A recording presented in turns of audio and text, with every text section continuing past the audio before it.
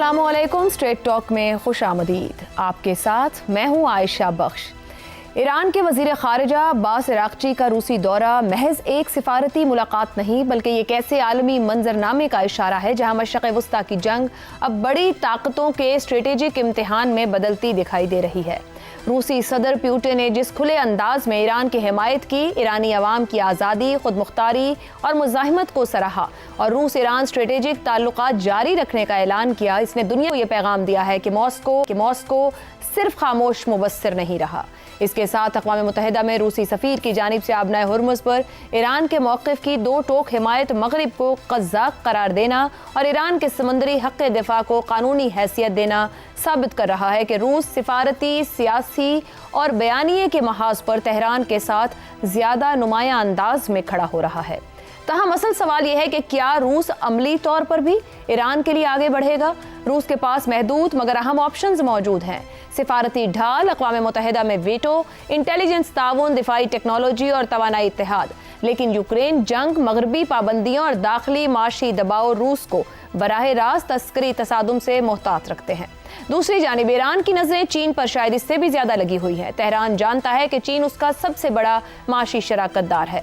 गुज़िश्ता बरसों में ईरान और चीन के दरमियान करीबन 400 अरब डॉलर के 25 साला माशी और स्ट्रेटेजिक मुआहदे का खाका सामने आया, जबकि चीन ईरानी तेल का सबसे बड़ा खरीदार रहा है। बाज़ अंदाजों के मुताबिक ईरान की तेल बरामदात का करीबन 90% तक हिस्सा बराह रास्त या बिलवास्ता चीनी मंडी से जुड़ा रहा। यही वजह है कि ईरान चाहेगा कि बेजिंग सिर्फ पसे पर्दा सालिस न रहे बल्कि खुलकर सामने आए, मगर चीन का मसला यह है कि उसकी अमेरिका के साथ 7 सालाना तिजारत मालियत 600 अरब डॉलर से ज्यादा है। इसके लिए वो ईरान के हक में वही जारहाना ज़बान इख्तियार नहीं कर सकता जो रूस ने अपनाई है। चीन गालिबन खुले अस्करी या जज्बाती इत्तेहाद के बजाय खामोश सिफारतकारी और इक़्तिसादी ज़मानत जैसे रास्ते इख्तियार करेगा।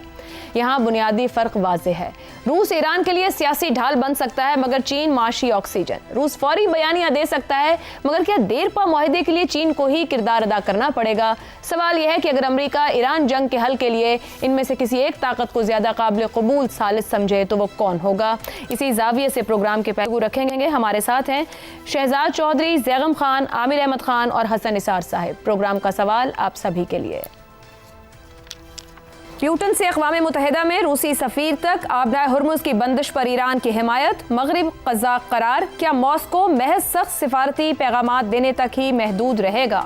जैगम साहब, जो स्टेटमेंट रूसी सफ़ीर ने दिया, पुतिन ने जिस तरीके से वेलकम किया अराक्ची को, जो कुछ वहाँ से कहा गया, दोनों मौजूद हैं, रूस और चीन, और दोनों अहम हलीफ हैं ईरान के। एक तरफ एक बड़ी माशी ताकत है तो दूसरी तरफ एक अहम सिफारती अस्करी ताकत, सालसी की तारीख भी रखता है मॉस्को। आपके ख्याल में कौन पहली तरजीह बन सकता है दोनों फरीकैन के लिए, या मुमकिना तौर पर उस राह के ऊपर दिखाई दे रहा है? देखिए, ईरान को कोई वे आउट नहीं दे सकता। ईरान ने अपनी जंग खुद लड़नी है और वो लड़ रहा है और मौसर तौर पर रहा है। उसने अपना तहफ़्फ़ुज़ किया है इंतहाई कामयाबी के साथ। इसमें कोई शक नहीं कि रूस और चीन की मदद उसको हासिल थी, लेकिन कभी भी रूस और चीन अमली तौर पर इस जंग में हिस्सा नहीं लेंगे, ना ही वो उसको बड़ा मिलिट्री हार्डवेयर देंगे। ना उन्होंने दिया है, ना उन्होंने जेट जहाज़ दिए हैं, ना उन्होंने नेवी की कोई सपोर्ट दी है, ना उन्होंने मिसाइल दिए हैं, ना कोई बड़ी तादाद में कोई एयर डिफेंस सिस्टम दिया है। ईरान ने जंग गैर मुतवाज़िन एसिमेट्रिकल वार के तौर पर लड़ी है, जिसमें इस तरह की मदद की ज़रूरत भी नहीं है।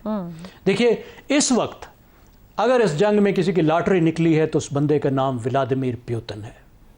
माल भी सबसे ज़्यादा वो बना रहा है, और उसकी जो जंग यूक्रेन में चल रही है उसमें भी उसको इस जंग की वजह से मदद मिली है।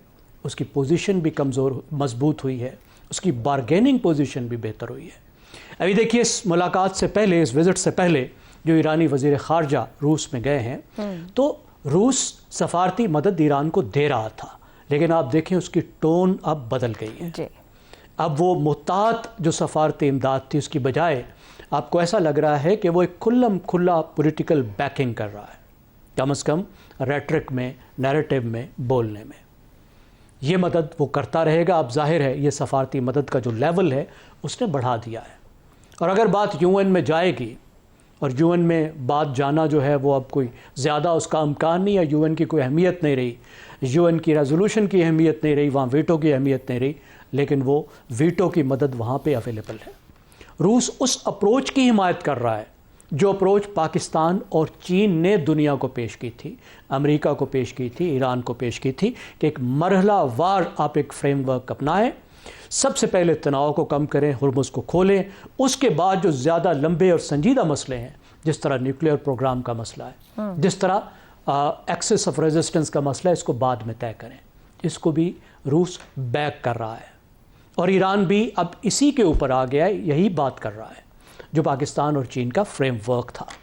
अब देखिए रूस क्या कर सकता है या रूस क्या कर रहा है जो वो मज़ीद करेगा। वो इंटेलिजेंस सपोर्ट ये समझा जाता है कि वो दे रहा है और देता रहेगा।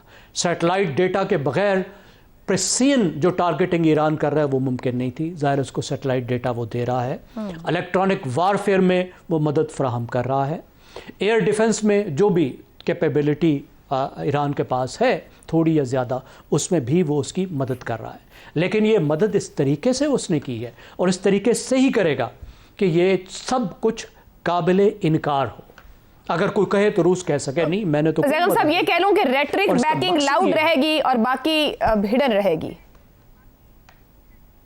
देखिए हिडन रहेगी और उस तरीके से रहेगी जिसकी वजह से ईरान अपनी एसिमेट्रिकल वार जारी रख सके। देखिए सिमेट्रिकल वार के लिए उसको वो वेपन नहीं चाहिए जिनको अगर बराह रास्त रूस या चीन दें तो फिर वो जाहिर नज़र भी आएँ और उसकी वजह से डायरेक्ट एक अमेरिका के साथ और यूरोप के साथ एक कन्फ्लिक्ट पैदा हो जाए इन मुल्कों का। इसी तरह से ही चलता रहेगा। और दूसरी बात ये भी है कि वो बराह रास्त उसके पास अब देने के लिए सामान है भी नहीं। ठीक, बिल्कुल। वो यूक्रेन की जंग लड़ रहा है और आपको मालूम है कि यूक्रेन की जंग में उल्टा वो ईरान की मदद ले रहा था। बिल्कुल, ईरान उसको ड्रोन सप्लाई कर रहा था। अब बाद में वही ईरानी जो डिज़ाइन के ड्रोन हैं उसने खुद लाइसेंस के ज़रिए से मैन्युफैक्चर करने शुरू कर दिए। उसके पास कैपेसिटी का भी मसला है। लेकिन ये खाली मदद, इतनी बड़ी कुव्वत का साथ खड़ा होना, ये बहुत बड़ी ब्रीदिंग स्पेस है। और एक चीज़ मैं ऐड करूं, देखिए वहाँ पर ईरान और रूस के दरमियान में बहिराए कैस्पियन है। बिल्कुल ऐसा। कैस्पियन सी बहुत बड़ी ऑक्सीजन का वॉल्व है ईरान के लिए। वो वहां से मदद ला सकता है ऐसे समंदर में जहां ना यूरोप घुस सकता है और ना यहाँ अमेरिका घुस सकता है। दुरुस्त हो गया, दुरुस्त हो गया। हसन निसार साहब, अक़वाम मुत्तहिदा में रूसी सफ़ीर आबना हुर्मुज़ की बंदिश पर ईरान की हिमायत कर रहे हैं और मगरिब को बहरी क़ज़ा करार दे रहे हैं। ये लफ्जी हमला कहा जाए कि इस हद तक ही रूस करेगा या फिर मगरबी निज़ाम के खिलाफ एक बड़ी सिफारती बगावत भी कहा जा सकता है?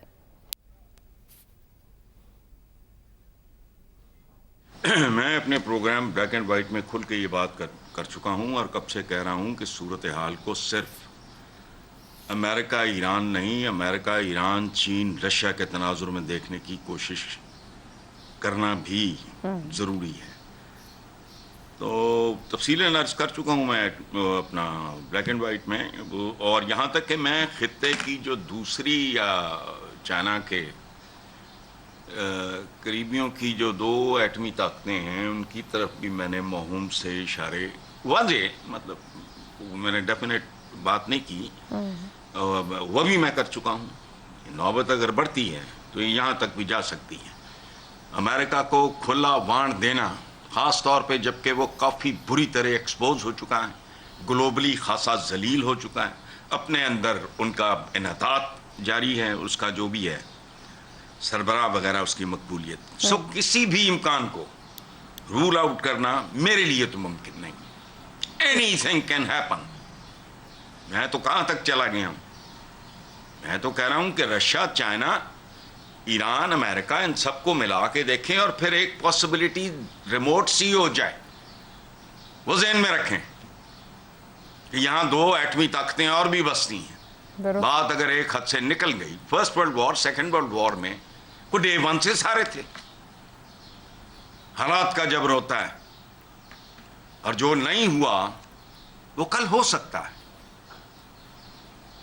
This is my logic. दुरुस्त हो गया, दुरुस्त हो गया। शहजाद चौधरी साहब, मॉस्को वाकई ईरान को बड़ा सिफारती तहफ़्फ़ुज़ फराहम कर रहा है? अगर ये स्टेटमेंट्स प्यूटन के सामने रखें या उनके रशियन सफ़ीर के यूएन के अंदर, या अपने मकासद के लिए, अपने इंटरेस्ट के लिए अमेरिका को दबाव में लाने के लिए ईरान कार्ड खेल रहा है?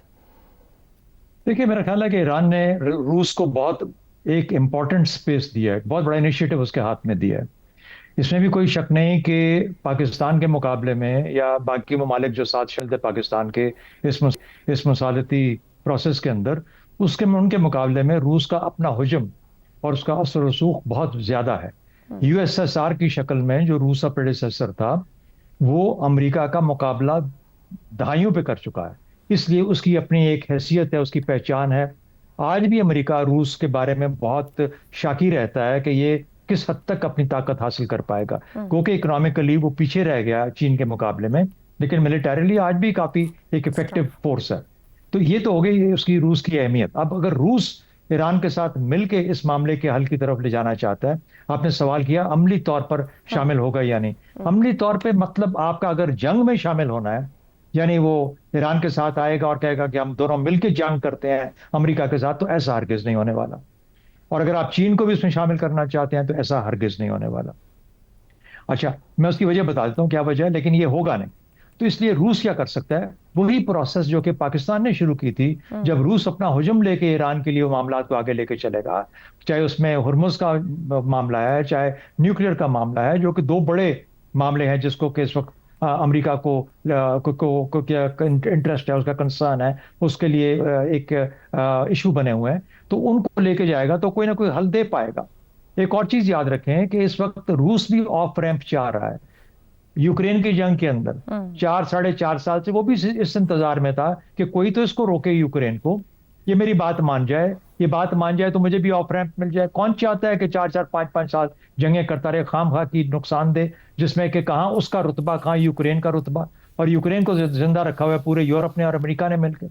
तो वो भी इतना ही ऑफ रैंप चाहता है जितना इस वक्त ट्रंप चाहता है कि उसको ऑफ रैंप मिले। ये दोनों एक दूसरे के लिए एक मुसालती रोल अदा कर सकते हैं, दोनों ही अपने अपने फवायद और अपने मकासद के लिए एक दूसरे के लिए इस्तेमाल। अब ये है कि ईरान ने उसको स्पेस दी है, वो कैसे उन मामलात को फ्रेम करता है, किस तरीके से उनका लायामल तय करता है जो कि अमेरिका को भी पसंद हो जाए, अमेरिका भी शामिल हो और ये भी शामिल। तो ये एक इनिशिएटिव के तौर पे बहुत अहम बात है। दूसरी बात, चीन क्यों नहीं आएगा इसके अंदर? चीन इसलिए नहीं आएगा, चीन के अपने मफादात जो हैं वो मुख्तलिफ नोयत के हैं, उसका इंटरेस्ट और है। वो अभी तक कभी भी किसी जगह डायरेक्ट कॉन्फ्रंटेशन में किसी के साथ नहीं गया, तो वो जब तक अपने आप को उस लेवल पे नहीं ले जाएगा जहां पर वो ये कहे कि हाँ अब मैं मुआशी के साथ साथ, और अभी भी मुआशी ताकत दुनिया की सबसे बड़ी नहीं बना, हम बार बार कहते हैं दुनिया की सबसे बड़ी मुआशी ताकत अभी तक नहीं बना।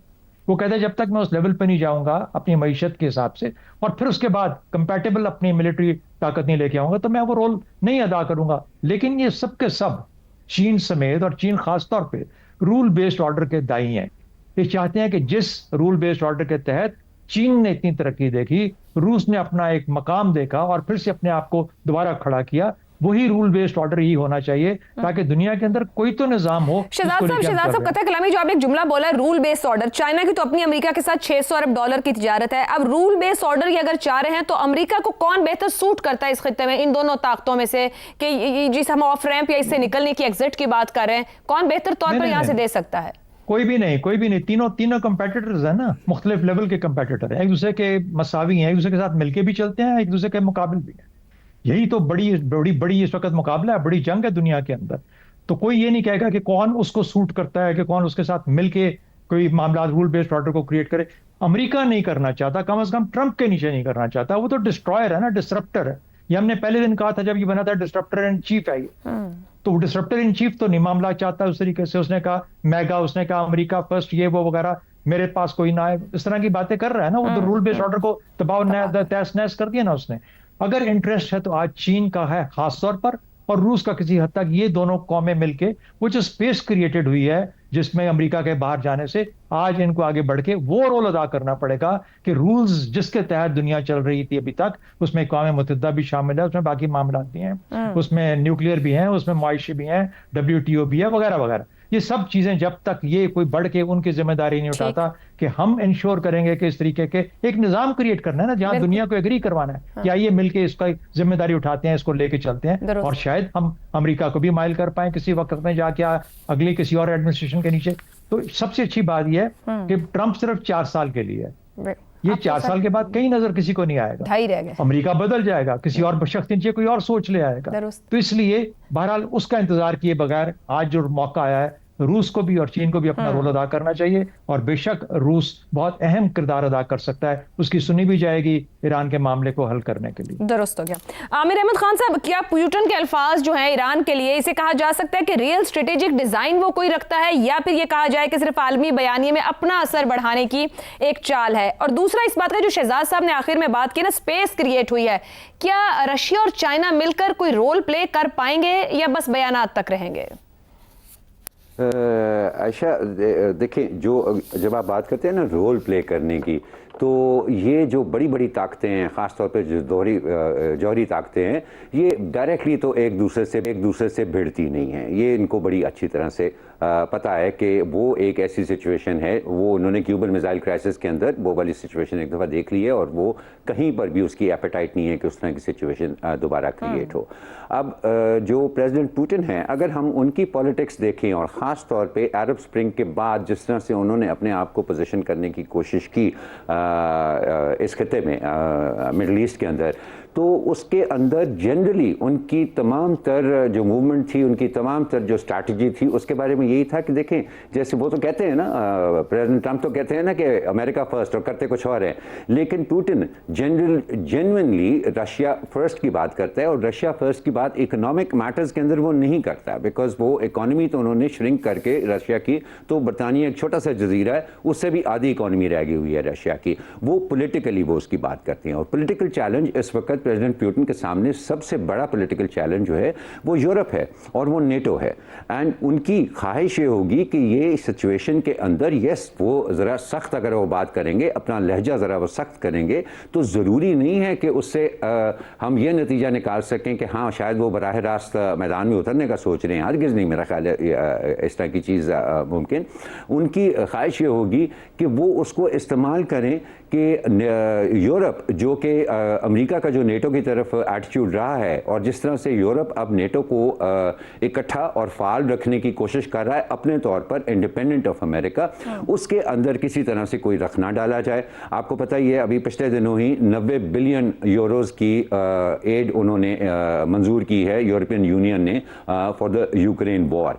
सो वो ईरान के हवाले से वो जो भी रशिया करना चाहेगा, वो उसका बेसिक फोकस ये होगा कि किस तरह से वो अपने आप को यूरोप के अंदर बेहतर लेवरेज कर सकता है, और जो 4 साल से वो जिस जंग में उलझा हुआ है, किस तरह से वो अपने अहदाफ हासिल कर सकता है, यानी कि यूक्रेन को एक परमानेंट मेंबर नेटो का बनने से वो रोक सकता है इफेक्टिवली।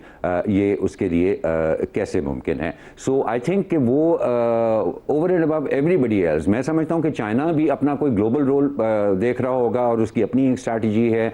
अमेरिका का तो जो हाल हो गया हुआ है कि खुद जर्मन चांसलर जो है, उन्होंने कहा है कि उसको ईरान ने ह्यूमिलिएट कर दिया है, और इजराइल के बारे में जिस तरह की राय अब यूरोप में उभरना शुरू हुई है, वो पहले हमने कभी नहीं सुनी थी। लेकिन जहाँ तक पुतिन का ताल्लुक है, वो अपने मफादात को बिल्कुल सामने रखेंगे, क्योंकि देखें अभी तक इस जंग में एक अंदाज़ा है कि दुनिया को $600 बिलियन का जो ग्लोबल इकोनॉमी है, आमिर साहब, इसी सूरत में सवाल ज़हन में आता है, काइनेटिक वॉर की तो बात ही नहीं की जाती है कि क्या मॉस्को और बीजिंग ये असर रखते हैं कि मेज पर वो दबाव या लेवरेज इस्तेमाल कर सके इस जंग से दुनिया को निकालने की, या फिलहाल मॉस्को और बीजिंग वो लेवरेज नहीं रखते हैं?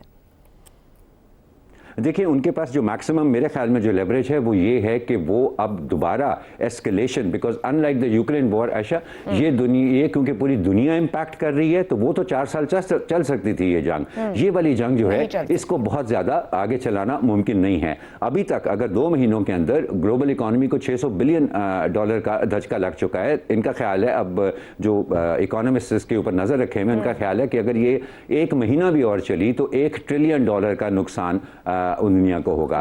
तो क्योंकि ये जंग को ज़्यादा देर घसीटा नहीं जा सकता, इसलिए ऑब्वियसली इसके अंदर अगर बहुत फ्रस्ट्रेट हो गया, स्पेशली प्रेसिडेंट ट्रंप जैसा शख्स बहुत फ्रस्ट्रेट हो गया, तो इस जंग में एस्केलेशन का खतरा बहुत ज़्यादा बढ़ जाता है। तो उस एस्केलेशन को रोकने में आई थिंक इनका किरदार जो है वो बहुत अहम होगा, दोनों रशिया का भी और चाइना का भी। और ये जो उन्होंने अपनी एक डिप्लोमेटिक प्रोसेस ईरान ने शुरू किया है मुख्तलिफ ममालिक से मिलना, आई थिंक इसका सारे का सारा फोकस यही है कि चलें देखें कि वॉर ऑफ नर्व्स कितनी देर तक चलती है एंड हु ब्लिंक्स फर्स्ट, लेकिन कम से कम इस तरह की कंडीशन क्रिएट कर दें कि ये खालिसतन अमेरिका वर्सेस ईरान का मामला ना रहे, इसके अंदर दूसरे मुल्क भी इन्वॉल्व हो जाएं और एस्केलेशन की पॉसिबिलिटी को मिनिमाइज किया और वो इंगेजमेंट्स के जरिए मुमकिन तक। एक ब्रेक लेते हैं, ब्रेक से वापस आएंगे तो बात करेंगे अक़वाम मुत्तहिदा ने आलमी ग़िज़ाई बहरान रिपोर्ट सामने रखी और पाकिस्तान मौजूद है लिस्ट में Afghanistan, Congo, Myanmar, Nigeria, Sudan, शाम और यमन के साथ। आखिर क्यों? इस ब्रेक के बाद प्रोग्राम में एक बार फिर खुशामदीद। अक़वाम मुत्तहिदा की आलमी ग़िज़ाई बहरान रिपोर्ट 2026 में पाकिस्तान को दुनिया के इन 10 ममालिक में शामिल किया गया है जहाँ ग़िज़ाई अदम तहफ़्फ़ुज़ शदीद है। रिपोर्ट में पाकिस्तान को Afghanistan, Congo, Myanmar, Nigeria, Sudan, शाम और यमन के साथ रखा गया है जहां ग़िज़ाई बहरान से निमटने के लिए फौरी इक़दामात की ज़रूरत है। 2025 में मुल्क भर में करीबन 1 करोड़ 10 लाख अफराद खुराक की शदीद कमी का शिकार रहे, जिनमें 93 लाख अफराद बहरान की सतह पर और 17 लाख अफराद हंगामी हालत में ज़िंदगी गुजारने पर मजबूर हैं। इस सूरत हाल को क़हत के बाद सबसे ख़तरनाक दर्जाबंदी करार दिया गया है। रिपोर्ट के मुताबिक पाकिस्तान में ग़िज़ाई अदम तहफ़्फ़ुज़ कोई आरज़ी मसला नहीं बल्कि एक मुसलसल और गहरा होता हुआ बहरान है, जिसकी बुनियादी वजूहात में मौसमियाती तब्दीली, बार बार आने वाले सैलाब, ज़रई पैदावार में कमी और माशी अदम इस्तेहकाम शामिल हैं। गुज़िश्ता साल के सैलाब ने 60 लाख से ज़ायद अफराद को बराह रास्त मुतासर किया, जिससे देही मईशत और रोज़गार के ज़राए बुरी तरह मुतासर हुए। बलूचिस्तान, सिंध और खैबर पख्तूनख्वा को सबसे ज़्यादा मुतासरा खित्ते करार दिया गया है। पाकिस्तान को इस दर्जाबंदी में शामिल करने की बड़ी वजूहात में सेहत की सहूलतों तक महदूद रसाई, साफ पानी और सफाई के मसाइल, बीमारियों का फैलाव और ग़िज़ाइयत की कमी शामिल है। माहिरीन के मुताबिक ये सूरत हाल ना सिर्फ इंसानी अलमिया है बल्कि मईशत पर भी दबाव बढ़ा रही है, क्योंकि ग़िज़ाई दरामदात में इजाफा और कमज़ोर अफरादी क़ुव्वत तवीलुल मुद्दती तरक्की को मुतासर कर रहे हैं। आलमी सतह पर भी सूरत हाल तशवीशनाक है, जहाँ जंग, मौसमियाती तब्दीली और कम होती हुई इंसानी इमदाद ने ग़िज़ाई बहरान को मज़ीद शदीद कर दिया है। ताहम पाकिस्तान के हवाले से रिपोर्ट ये भी वाज़ेह करती है कि मसला ज़्यादातर पॉलिसी और गवर्नेंस की खामियों से जुड़ा हुआ है, न कि बराह रास्त तनाज़े से। अक़वाम मुत्तहिदा की रिपोर्ट एक बार फिर ये वाज़ेह करती है कि मसला वक्ती नहीं बल्कि साख्ती नौइयत का है, जिससे निमटने के लिए हंगामी इक़दामात के साथ साथ ज़रई इस्लाहात, पानी के मौसर इस्तेमाल, मौसमियाती तब्दीलियों के असरात से बचाव और समाजी तहफ़्फ़ुज़ निज़ाम की ज़रूरत है। इसी पर गुफ्तगू रखेंगे। सवाल इस तरह से, पाकिस्तान शदीद ग़िज़ाई बहरान के शिकार 10 ममालिक में शामिल 1 करोड़ 10 लाख अफराद ग़िज़ाई क़िल्लत, 40% बच्चे स्टंटिंग ग्रोथ का शिकार, खुराक के तहफ़्फ़ुज़ के बगैर माशी तरक्की मुमकिन भी है। हसन निसार साहब, ये नाकामियों को किसके खाते में डाला जाए? आपने इधर उधर मुख्तलिफ खातों में डालने की कोशिश की है। तारीख उठा के देखें अपनी। पाकिस्तान बनने से पहले, क़याम पाकिस्तान से पहले भी भूख, नंग और गुर्बत का शिकार था। कभी इस खित्ते को मुग़लों ने, कभी अफ़गानों ने, कभी गोरों ने, कभी अपनों ने लूटा। हमारा अजीम तरीन सूफी शायर कहता है, खादा पीता लाहेदा ते बाकी अहमद शाहिदा। अहमद शाह अब्दाली, नादर शाह, ये मुग़ल। अच्छा, अब शुरू करते हैं असल कहानी। I was a school going kid.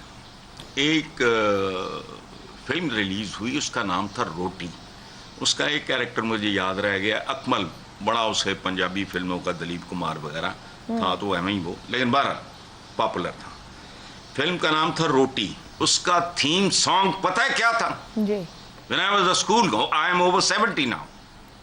रोटी दा सवाल है, जवाब जिदा रोटी है। बड़े बड़े लोगों लिए ये गल बड़ी छोटी है। फिल्म देखो ना तो रात की नींद उड़ जाएगी। आगे चलो। अयूब दौर, जिसे इस मुल्क की तारीख का निस्बतन इक्तसादी हवालों से एक बेहतर दौर कहा और समझा जाता है, और मैं इसे एग्री भी करता हूँ। अयूब दौर में हबीब जाले पूरे मुल्क में धक्के खाता और मातम करता फिरता था। 20 रुपये मन आटा। क्या कह रहा हूं? 20 रुपये मन आटा, इस पर भी है सन्नाटा। सदर अयूब जिंदाबाद कहना मुझे आ रहा था मुर्दाबाद। उस वक्त 20 रुपए मन अफोर्ड नहीं होता था। अब रोटी 25 रुपए की, नान पता नहीं 30 रुपए का, समथिंग ऑफ दैट सॉर्ट। इसके 300 का कर दो, अगर वो अफोर्डेबल है तो ठीक है। अच्छा, अब अपने कदीम मुहावरों पे गौर करो। आपके 10 प्रोग्राम इसके लिए नाकाफी होंगे अगर मैं पढ़ाने बैठ जाऊं, हिंदी में भी, उर्दू में भी, पंजाबी में भी। चंद सुनो। ढिड ना पईयां रोटियां ते सब्बे गल्लां खोटियां। पंजाबी। उर्दू, पेट में गया चारा, कूदने लगा बेचारा। अच्छा, जिन्हां दे घर दाने उन्हां दे कमले भी सियाने। ये सदियों पुराने मुहावरे हैं। जिसके घर अनाज उसका कोतवाली राज, आप भुखा दा आटा गुनिए। अब बात सुनो, यह सदियों पुरानी दास्तान है। कभी मुगलों, कभी अफगानों, कभी गोरों और कभी काले पीले नीले लोगों ने लूटा। ये बाकी जो कुछ आपने गिनवाया है, ये इसकी कोई औकात नहीं है। ठीक हो गया। कत्तन कोई औकात नहीं है। पाकिस्तान एक बुनियादी तौर पे एक ज़राई मुल्क है। खा जाते हैं ये, उनका हक खा जाते हैं। जो कुछ आपने गिनवाया है वो करप्शन है। ना आपकी जमीन बंजर हुई है। गोरों को दुआएं दो जिन्होंने पर एकड़ यील्ड बढ़ा दी। उनकी खैर मांगो जिन्होंने आपको ट्रैक्टर दे दिया। ठीक। जब इस मुल्क में ट्रैक्टर आया, पता क्या था? लोग कहते थे ये हमारे खिलाफ साजिश है, हमारी मट्टी जलाने के लिए आई है ये मशीन। अच्छा चल, खादा पीता लाहेदा, आमिर खाकू गए ये सारे, सब खा गए। हसन साहब कह रहे हैं जमीन आज भी बंजर है। वाकई ज़राई मुल्क आज भी बच्चों को पढ़ाया जाता है। आमिर अहमद साहब, सदियों दहाइयों को पीछे रखें, 2002 में वजारत सेहत में न्यूट्रिशन विंग कायम किया गया। 24 साल हो गए, कई हुकूमतें आके चली गई। स्टंटिंग ग्रोथ के आज भी लाखों केसेस सामने आ रहे हैं। तो ये सब जानते हैं, सब कुछ तारीख से लेकर आज तक कोई दुरुस्त नहीं करना चाहता है। अच्छा, ये बिल्कुल वैसा ही है ना पाकिस्तान का। यहाँ पर इस एरिया के अंदर भी एग्जैक्टली वही हाल है ना जो बाकी के तमाम एरियाज़ के अंदर है। हम पाकिस्तान की इकॉनमी को क्या कहते हैं? मैं तो हमेशा उसका मिसाल देता हूँ कि हमने वो प्याज के छिलके जितनी पतली कर दी हुई है पाकिस्तान की इकॉनमी कि ज़रा कहीं पे दुनिया में तेज़ हवा चले, कोई पत्ता उड़े तो उसके अंदर वो फटना शुरू हो जाती है, उसके अंदर जो है वो दरारें पड़ना शुरू हो जाती हैं। हमारी फूड सिक्योरिटी का भी वो बिल्कुल ही ये इशू है। कुछ चीज़ें ऐसी जिसमें पाकिस्तान बराह रास्त ज़िम्मेदार नहीं भी है। अच्छा, ये सारा कुछ वो तनाज़र आप जहन में रखें जिसकी मंजरकशी अभी हसन इजहार साहब ने की है, लेकिन उसको जहन में रखते हुए ये जो चीज़ें देखें कि जो क्लाइमेट चेंज है उसमें पाकिस्तान उसका बराह रास्त जिम्मेदार तो नहीं है, लेकिन पाकिस्तान वो फ्रंट लाइन मुल्कों में है जहां इसका सबसे ज़्यादा इम्पैक्ट होगा। और ये साल 2026 का आखिर और 2027 का शुरू, इसको एक एल नीनो ईयर कह रहे हैं, यानी कि जो हमारे वेदर पैटर्न्स हैं वो और भी ज़्यादा अनप्रेडिक्टेबल हो जाएंगे। उनमें एक तरफ तो खुश्कसाली होगी, ड्राउट का बड़ा सीरियस ख़तरा है जो कि ज़ाहिर है कि हमारे क्रॉप्स के लिए एक बहुत ही ख़तरनाक सूरत हाल है, लेकिन उससे कहीं बढ़ के अगर वो खुश्कसाली एक हद से ज़्यादा नहीं आप बढ़ने देते, किसी तरह से आप कंट्रोल भी कर लेते हैं, तो फिर ये जो फ्लडिंग है वो अनप्रेडिक्टेबल रेनफॉल पैटर्न्स और ज़रूरत से ज़्यादा बर्फ़ पिघलने की वजह से, क्योंकि ये 2 डिग्रीज औसतन 2 डिग्रीज ग्लोबल टेम्परेचर जो है वो एल नीनो के ईयर में एक्सपेक्टेड है। हतमी तौर पे तो कोई कुछ नहीं कह सकता, लेकिन एक्सपेक्टेड है कि वो लगभग 2 डिग्री जो है वो बढ़ेगा, तो उससे फ्लडिंग का भी बहुत ज़्यादा खतरा है। सो हमने अपने आप को, हमारी जो लैक ऑफ प्लानिंग है, जो फुकदान है हमारे यहाँ प्लानिंग का, हमने अपने आप को इस तरह से एक्सपोज कर दिया हुआ है कि कहीं पे कुछ भी होता है तो हमारे पास उसका इलाज नहीं होता। और ये जो हमारी एग्रीकल्चरल यील्ड्स हैं, जिसमें शायद मेरे साथी जो हैं वो मुझसे बहुत बेहतर बता सकें, ये उसकी सबसे बड़ी मिसाल है कि क्यों एक एग्रीकल्चरल मुल्क, पाकिस्तान जैसे एक एग्रीकल्चरल कंट्री जो है, उसकी one of the lowest agricultural yields है इस खित्ते के अंदर। दुरुस्त हो गया जी। ब्रेक ले तो आगे बढ़ाएंगे। शहजाद साहब, गुज़िश्ता सैलाब ने 60 लाख से ज़ायद अफराद को मुतासर किया। एक बार फिर महंगाई है, सैलाब की मुमकिना पेशगोई है, क्या कोई तैयारी है, कोई हुकूमत के पास स्ट्रेटेजी है, या कोई कुछ भी नहीं मिलेगा? आयशा, सैलाब अच्छी चीज़ होती है। जब अगर कुछ सालों के बाद आता रहे ना, तो ये जो ज़मीन होती है ना, इसको वो एक तरह से टर्न ओवर कर देता है, एक नई सॉइल की लेयर ले आता है जो कि ज़्यादा फर्टाइल होती है। लेकिन अब ये फर्टाइल सॉइल को, जमीन को इस्तेमाल करने वाले भी तो मौजूद हो ना। ये जो पानी आता है, जो हड़क के अंदर आता है, सैलाबों में आता है, इस जो बारिशों की वजह से आता है, इसको कोई प्रिजर्व करने वाले लोग भी तो हो ना। देखिए, कहा गया और बहुत बिल्कुल ठीक बात है कि पाकिस्तान की मईशत तो जर्री मईशत है, एक जर्री मुल्क है। पहले हम कहा करते थे 60% लेबर पाकिस्तान की हमारी ज़राअत के अंदर है। अब उसको आहिस्ता आहिस्ता कम करके हमने 50% पे ले आए, या शायद 40 से 50% के बीच में। लेकिन जो इसकी इसकी जो हिस्सा है हमारी जीडीपी के अंदर ज़राअत का, वो सिर्फ 20% है। तो हमारी जो जो लेबर फोर्स वो 50% के करीब है, लेकिन जो कंट्रीब्यूट करता है वो 20% है। सबसे बढ़ के ये कि हमने आज तक ये जोनिंग का जो मामला है कि कौन सी जमीन जर्री है और कौन सी जर्री जमीन को हम कभी भी कन्वर्ट नहीं कर सकते इनटू रिहायशी जमीन, वो तो बिल्कुल ही खत्म होकर रह गया। तो ये जो मामला जहां पे आते हैं, तो वहां पर कहीं ना कहीं पे कहीं कुछ लोग कहीं भूल गए हम एक जर्री मुल्क हैं। वरना ये जो हमारे पास जो खुराक की जो कमी है, खुराक की कमी का मामला कभी भी इस मुल्क में नहीं आना चाहिए। 100 चीजें इसकी और हो सकती ठीक हो गया। हैं, पानी की कंजर्वेशन है, सीड्स का है, कोई एक्सटेंशन प्रोग्राम एग्रीकल्चर के क्यों नहीं होते, किस तरीके से नहीं हो पाते, हमारा फोकस क्यों नहीं है इन चीजों के ऊपर, हम किसानों तक पहुंच क्यों नहीं पाते, हम उनको बिजली और पानी जो है वो निकालना पड़े तो हम उनको सोलर जो है वो वाइडली क्यों नहीं अवेलेबल करते इन चीजों को, ठीक। ताकि वो ट्यूबवेल उनके चल सकें अगर इनका बारानी इलाका है। ये वो ऐसी कमियां हैं जो कि हमारे निजाम के अंदर बदकिस्मती से, ठीक। चाहे आप इंडस्ट्री को ले लें, चाहे आप ज़राअत को ले लें, या किसी और शोबे को, यहाँ पे डंग टपाओ का काम है। आज का दिन गुजरे, क्विक मनी, पैसा हम दिखा सके, रेवेन्यू आ गया, टैक्स हमने किया, ठीक हो ये गया। किया, लेकिन वो जो सस्टेनेबल ग्रोथ होती है, जो सस्टेनेबल पार्ट्स हैं इकोनॉमी के, उन वो पे कहीं हम नहीं। मारे जाते हैं, और उसके ठीक अंदर है। खुराक सबसे बड़ी चीज है। दुरुस्त हो गया। ज़ैगम साहब, दुनिया ने जंगें छोड़कर सीखकर अमन, तरक्की, इजादात और सहूलतों वाले माशरे बना लिए। हम आज भी गवर्नेंस और स्ट्रक्चरल खामियों के साथ खड़े हैं 70-80 साल बाद। पाकिस्तान ने एक नया रूट बनाया ईरान के रास्ते, गबत के ज़रिए। हमने 3000 किलोमीटर दूर गोश्त भेजा, रेफ्रिजरेटेड मीट। Frozen meat. हम दुनिया भर में मार्केटें ढूंढ रहे हैं कि कहाँ हम गोश्त बेच सकें, कहाँ हम अनाज बेच सकें, कहाँ हम आलू बेच सकें। कल की बात है, इतना आलू था पाकिस्तान में कि रुल रहा था। किसान के लिए मुश्किल हो गई थी कि किधर बेचें, कैसे बेचें। दुनिया में 196 मुल्क हैं। पाकिस्तान गंदम पैदा करने वाला दुनिया का 7वां बड़ा मुल्क है। चावल पैदा करने वाला दुनिया का 4था बड़ा मुल्क है। गन्ना पैदा करने वाला दुनिया का 5वां बड़ा मुल्क है। दूध पैदा करने वाला दुनिया का 4था बड़ा मुल्क है। खजूर, आम, फल दुनिया में टॉप पे। ये आप सब टॉप बता रहे हैं, करोड़ों फिर की आबादी किधर से रोटी की आती है? तलाश में है। करोड़ों की आबादी रोटी की तलाश में है, बल्कि कहें कि इन 24 करोड़ में से कई करोड़ रोटी की तलाश में है, और उनके लिए रास्ता सिर्फ जन्नत का दस्तयाब है। रोटी वो नहीं खा सकते, उनको बताया जाता है कि तुम पराठा खा लो, दाल नहीं खा सकते, तो फिर ऐसा करो कि चिकन खा लो।